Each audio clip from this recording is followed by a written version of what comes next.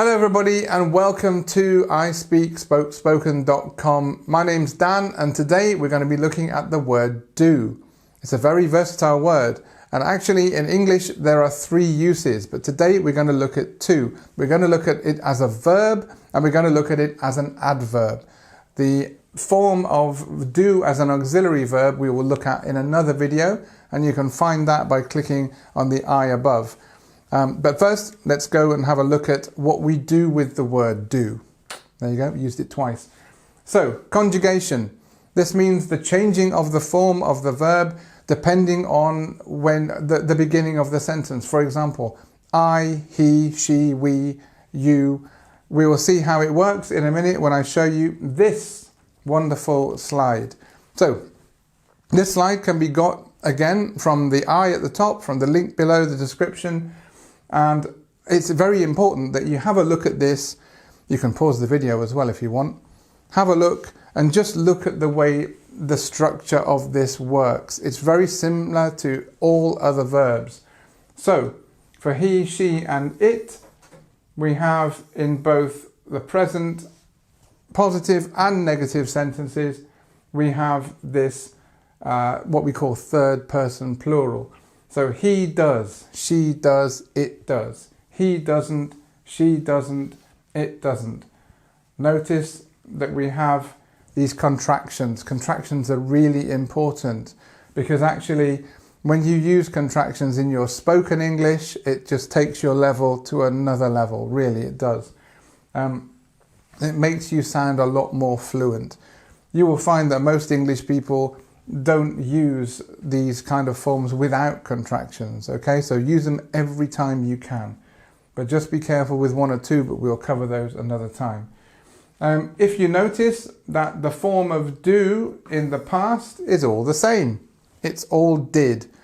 Very easy, isn't it? Nothing to remember there. Just remember that the past is did, and then everything's done. Negative, didn't or did not.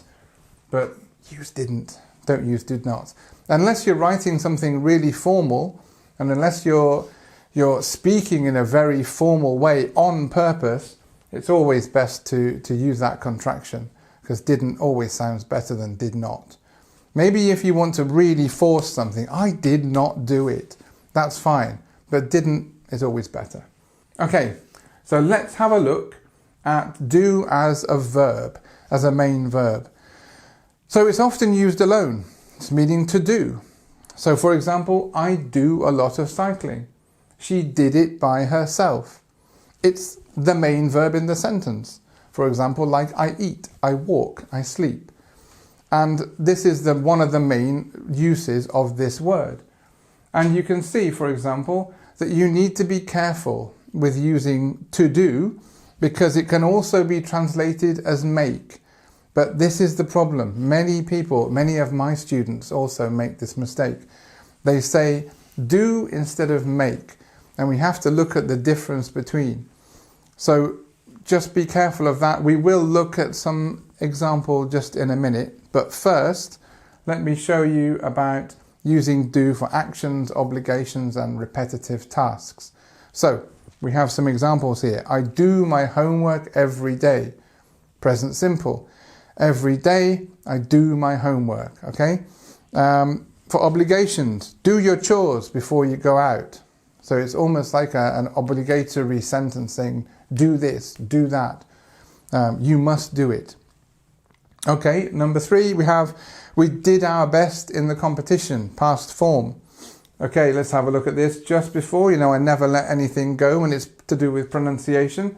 Competition, okay? This is the part we stress. This, as you can see, we've got this sound. We've got this schwa sound, which is the most important sound in the English language, remember? And competition. Get this right, get your pronunciation right, and again, your English level will sound a lot better. Because all I want is you to be speaking perfectly, okay? Excellent. So, let's look at the next slide. This is where we have the word make, and we can see some of the problems that occur. So you use make for creating, producing and causing actions. Okay, she makes delicious cookies. He made a big mistake. They're making plans for the weekend. Okay?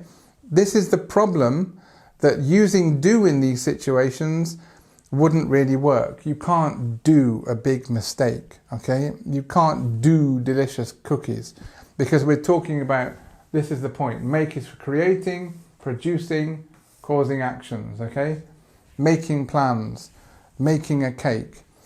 Excellent. So, delicious, delicious, very nice.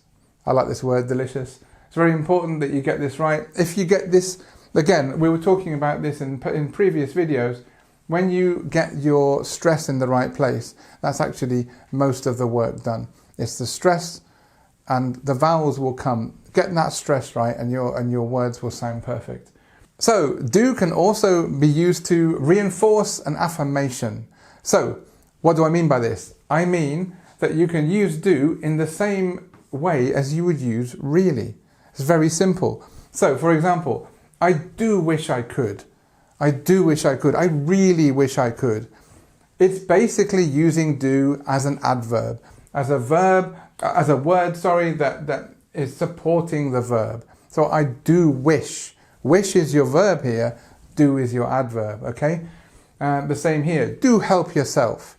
Help yourself is actually a verb form. You can say, do help yourself. Do is the adverb. Do is helping. Do is supporting this help, which is the verb here. Okay, so this you will find many different examples of this. But just be aware that in this sense, it's not the verb, it's the helper of the adverb. It's a very important thing to remember. Okay, we've covered such a lot today, but there is still more to cover. We need to look at do as an auxiliary verb, but we will come back to that in another video, and you can find that on the I above. On that I also you can find all these slides, and you can do yourself that little quiz to find out whether you've learnt stuff. I'm sure you have. So, it's been great, and we will see you next time. Thank you very much.